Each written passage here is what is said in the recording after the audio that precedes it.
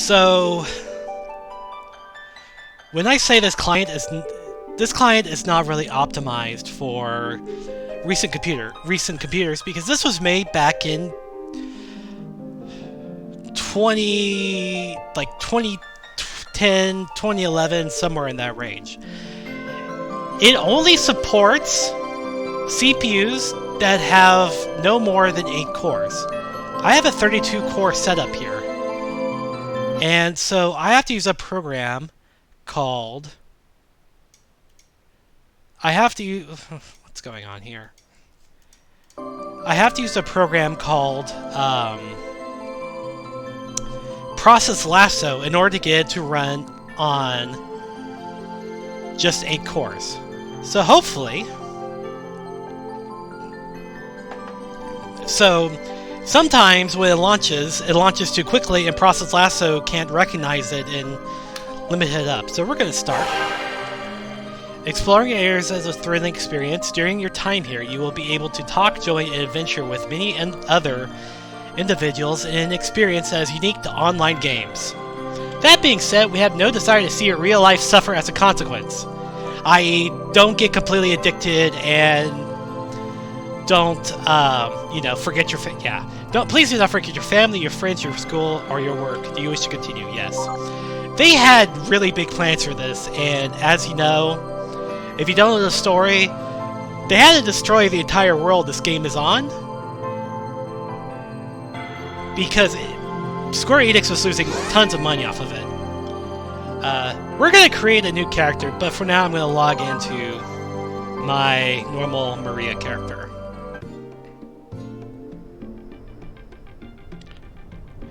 And we're going to log into Ul'dah,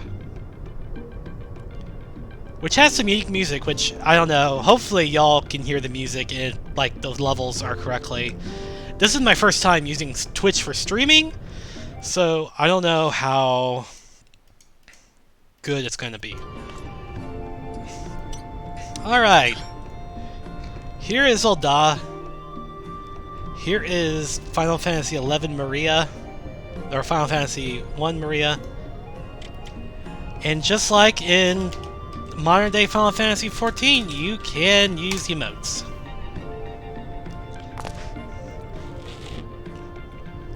What a cutie. Alright. So right now, I am a... So the first thing you notice is that the graphic fidelity looks really good, and that's because one of the reasons why Final Fantasy XIV 1.0 failed was because it literally couldn't run on a lot of the hardware that was popular at the time. It was too graphic it was words. It had way too many polygons to be rendering at the same time, which is kind of an issue that you're seeing right now in Skyline, Cityscape, whatever that new Paradox city building game is called, too. But it does actually look pretty good, and the graphics actually do really hold up a lot. The other thing you might notice that when I move, your movement's a lot more realistic, as opposed to Final Fantasy XIV, and you turn, and your computer your character just kind of doesn't just stop in place. They kind of have a little bit of inertia. And as well as, your hotbar are different. I'll show off combat in a little bit. While I'm here, let's take a look at some things that are completely missing in 1.0. So we're going to talk to this guy. Beyond this arc lies the district known as the Dunes. No, it's just a name, not the bloody desert. You'll find the Merchant's Ward and the other market roads there. And let's talk to this guy. Halt! If there is aught you wish to know, you need to only ask the breastplate before you. Kokopi of the Rose. And he'll explain... What are the Fronds? The Fronds look no further, you're in them, friend. The riches of the rich live here, counting the guild and their mansions on Emerald Avenue and Ruby Road. It is also the home of Ul'dah's greatest architectural feats, and is located directly below the Royal Palace. There's water to be had and even plants to be seen. Quite lovely, actually. Is there aught else? No, we're not gonna... There is not. So we're gonna take a look at the map really quick. I don't know the keybinds, but, you know, this is Ul'dah in 1.0. This area over here is the infamous loading tunnel, which we'll take a look at. But for now, I'm going to go... And apparently this area out here is called the Fronds, which I don't think is even talked about in ARR all that much. But for now, we're going to go into this really, really boring hallway, which is the Merchant's Ward.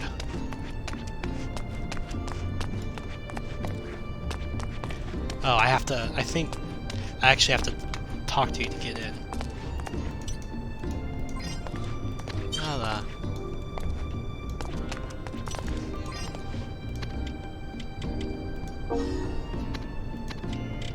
Oh. Somehow I was able to get into it last time, but now there's a visible wall here. Can I nudge my way?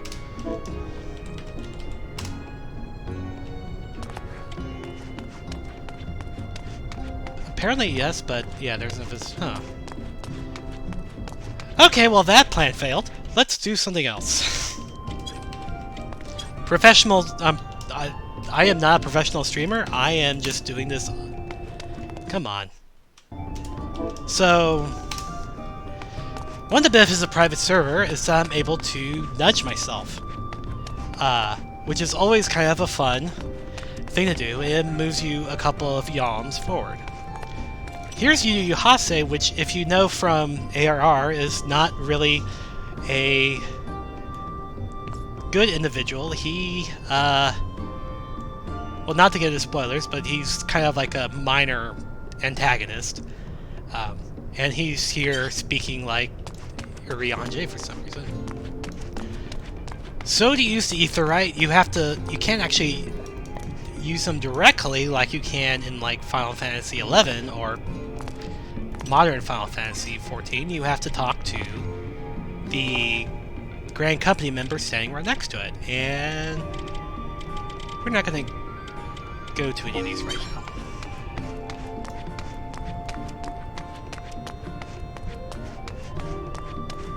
So here's Rowena, everyone's favorite bloodthirsty merchant slash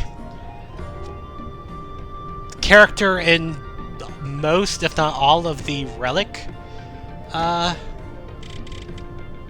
quest lines, and here she is. The name's Rowena. Perhaps you've heard of me. Perhaps you've not. Matters little, I suppose. I used to be a traveling weapons merchant until some noble from Ishgard saw my collection. Said I had an eye for quality and asked me if I'd like to work for him, helping to barter his collection away for elegant runestones, and here I am. Yeah, so the in-game currency in 14.1.1 is called runestones. And you also have oblation from primals you would find, you know, in-game primals, which were Ifrit, King Mugglemog, Mogomog, and Garuda. And Titan and Leviathan were planned, but they were unfortunately not implemented in the game. I know Titan got close to completion. I think Leviathan was planned, but never actually implemented. Or at least his attacks are not in the game, per se. Or at least in this version of the client. But just like how you would get tokens for defeating X-Primals now, you would get tokens and you would exchange them for various gear. And here is the shop interface here. So yeah, so some of these are going to be familiar to y'all.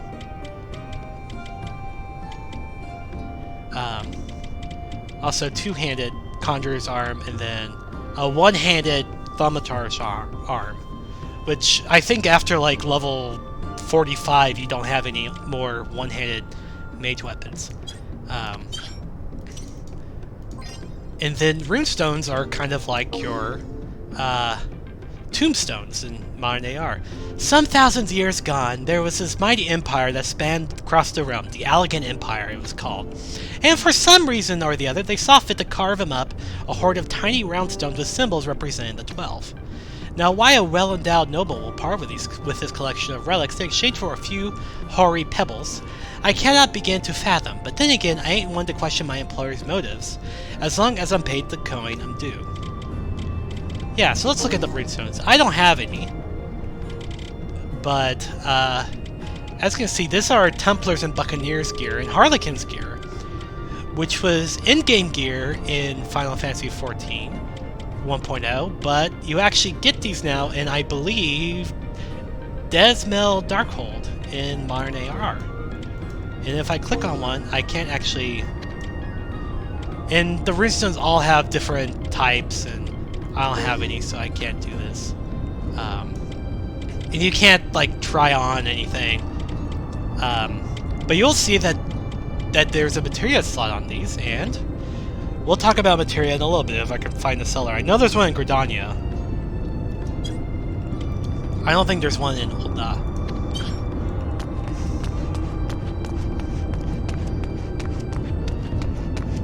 So here's the Platinum Mirage, which it's not really important in the game other than a few mentions related to Teleji Aladegi. Oh, hey, Nolan.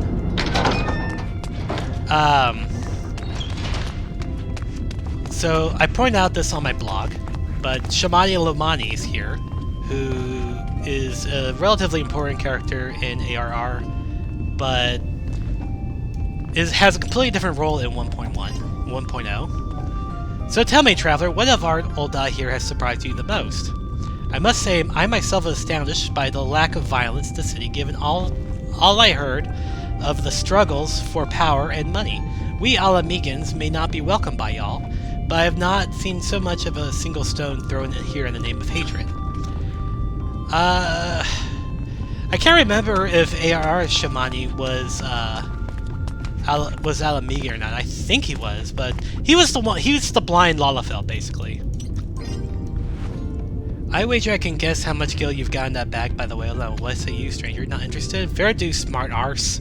But mark my words, you'll need a line or two if you ever want to climb your way out of the dunes. So yeah, so kind of interesting how they use these old nicknames for things that aren't really used in ARR anymore, like the Franz or the Dunes. One of my favorite... Yeah, here he is. One of my favorite animations in ARR is the Lalafell who tries to attack this trading dummy, but when he tries to grab his claws, they fall. And I'm glad they took that from 1.0 because it's just hilarious to me. I was told to drill this over and over until I could do it in my sleep. My limbs ache and my muscles burn, but I'm no better than I started. Keep practicing, buddy.